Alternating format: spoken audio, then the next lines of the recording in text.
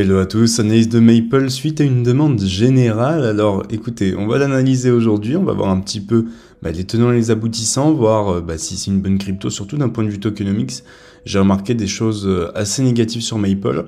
On va regarder la structure et les différentes possibilités. Avant ça, n'hésitez pas à rejoindre le canal Telegram qui est 100% gratuit. On a également ouvert dorénavant un serveur Discord. Donc pour tous ceux qui voulaient et qui préféraient Discord à Telegram, vous pouvez le rejoindre également en commentaire et en description.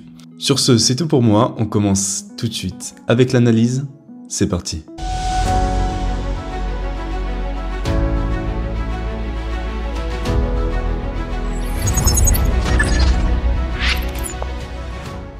Ok, alors on se retrouve sur Maple. Alors ici, déjà, on va analyser la structure, d'accord? Avant de parler d'autre chose, on va analyser la structure, on va voir un petit peu ce qui se passe. Donc on a notre phase accumulative ici qui peut être terminée en effet.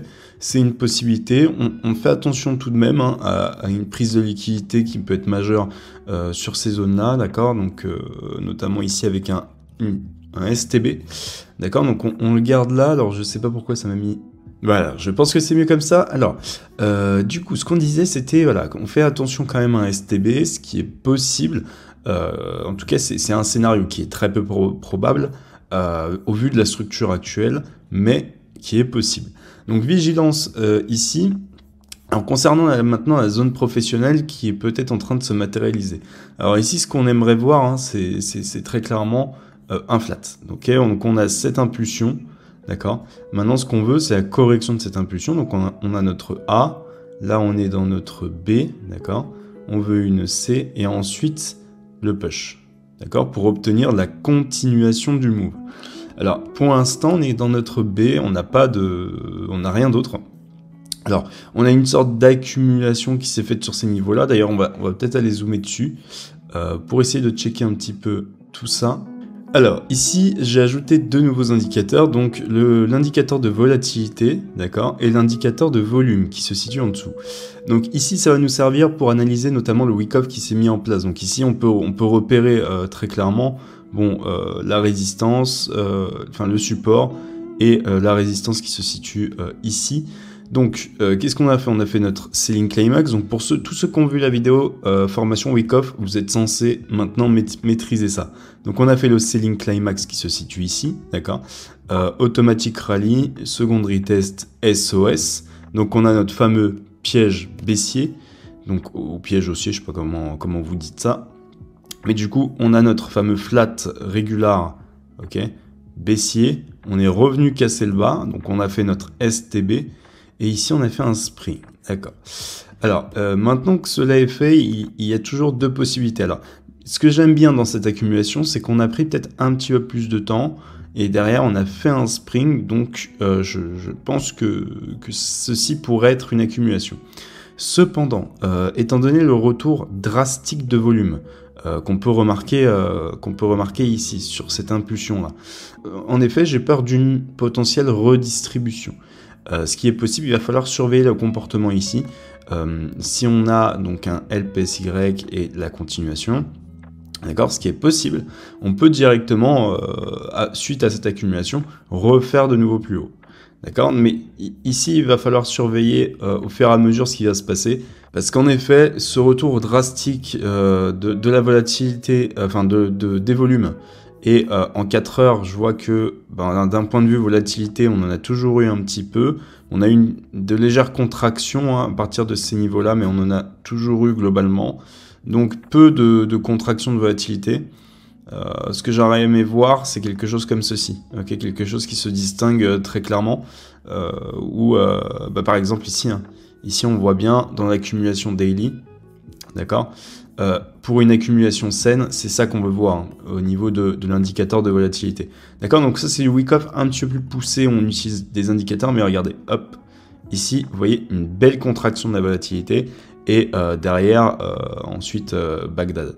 D'accord, ce qu'on n'a clairement pas eu ici en 4 heures. Donc ici en 4 heures, on n'a pas eu de baisse de volatilité, au contraire, on en avait.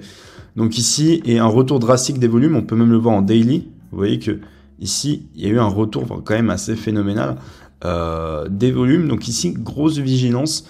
On est sur deux zones de résistance assez fortes. Ce qu'on pourrait faire ici, c'est mettre en place une distribution tout simplement, ou une redistribution, ouais, et continuer à drop, ce qui ferait la fin de notre B finalement. Donc on aurait notre A, ça ferait notre B, notre C, et ensuite le push. D'accord, donc vigilance à Maple. Honnêtement, on peut partir, étant donné qu'on a fait un STB, un spring, que d'un point de vue aspect, on va dire visuel, ça respecte les règles d'une accumulation, mais on doit faire extrêmement attention sur ces niveaux-là, parce qu'en effet, ce qu'on aurait aimé voir, c'est un départ quand même assez lent, d'accord, c'est plus ça une accumulation. Là, au contraire, c'est à l'image de XRP, à l'image de ce que je vous avais montré sur Audio, à l'image d'autres cryptos, hein, comme Injective, donc, où on doit faire attention parce que voilà, on a eu quand même une impulsion très forte d'un coup qui est venue chercher tout le haut de cet accu. Donc vigilance ici, je pense que vous pouvez avoir, vous avez un scénario qui ferait que vous ayez du Maple plus bas. Donc je pense qu'il y a un meilleur prix que 20 $. D'accord, 20 $, c'est quand même assez cher, notamment dans une phase accumulative. Alors techniquement, on ne serait plus dans la phase accumulative. Je vais virer du coup les indicateurs ici. Mais techniquement, on n'est plus dans la phase accumulative, on est dans la zone professionnelle. Donc ici, ceux qui veulent cumuler, d'accord, sans se prendre la tête, oui, c'est toujours un bon endroit, d'accord. Tant qu'on est dans la zone d'accumulation ou la zone professionnelle, c'est deux bons endroits pour continuer à accumuler. Ok, d'un point de vue maintenant supply, on voit bien ici qu'on n'a que 44% de la supply disponible. Ça craint énormément. D'accord, la tokenomics ici, pas fan. On pourrait avoir des libérations de supply plus ou moins importantes. Donc il va falloir vraiment se protéger de ça et vraiment on va dire de bien suivre les libérations de tokens qui pourraient venir à l'avenir. Donc vigilance à ça, d'accord. D'un point de vue maintenant market cap, la market cap ici tient la route. C'est vrai qu'on peut pas analyser le long terme sur Maple Classic, tout simplement parce qu'on a cassé l'impulsion initiale. Donc vous savez que nous, étant donné qu'on joue les continuations, ici on peut pas donner de setup de continuation, tout simplement parce que l'impulsion initiale a été cassée. Cependant, ici, sur la market cap, on peut voir très clairement que on a cette impulsion initiale ici, d'accord. Pardon, hop, ce que je voulais faire, c'est ça. Donc cette impulsion initiale là, d'accord. Je peux considérer ça comme une A. Là, ce que j'aimerais voir, c'est une B. Une B, soit pour un running, d'accord, et revenir péter le bas, enfin pas péter le bas et repartir au prochain bull run. Soit pour un régular, donc ici, obtenir ceci et encore du drop, d'accord, et revenir casser ce bas là, mais pas celui-ci. Sur la market cap, attention. Ok, donc c'est tout hein, en soi. Maintenant, si on veut juste acheter du Maple, ce qu'on devrait attendre, c'est plutôt une belle correction, d'accord, avec notre A, notre B, notre C et ensuite le push. On fait attention à la cassure de ce bas là, ça voudrait dire que c'est un STB tout simplement. Ok, donc ça ne change rien à la direction, mais vous aurez un petit peu plus de temps, ok, avant Maple to the moon, d'accord. Tout dépend de votre target de prix. Évidemment, une fois que le mouvement sera parti, peu importe si on a un régular ou un STB, évidemment protégez-vous, prenez des profits au fur et à mesure, parce qu'ici on est sur une crypto quand même assez bancale. Au niveau de la market cap, on est à 91 millions, c'est très très très peu. Donc vigilance sur ce genre de crypto, ok, ça peut avoir un bon projet, mais 91 millions de market cap, ça indique aussi beaucoup de volatilité, et beaucoup de volatilité, c'est beaucoup de risques, ok, beaucoup de dangers supplémentaires. Voilà, je pense vous avoir tout dit sur Maple, j'espère en tout cas que cette vidéo vous aura aidé. Donc grosso modo, ce qu'il faut retenir, c'est qu'il faut de la patience. Tous ceux qui ne sont pas entrés, notamment dans ces zones-là, ok, en dessous, attendez notamment une C pour avoir un beau flat et ensuite obtenir l'accélération de l'alt season peut-être, Sinon, faites attention à un STB, je pense que les deux s'achètent.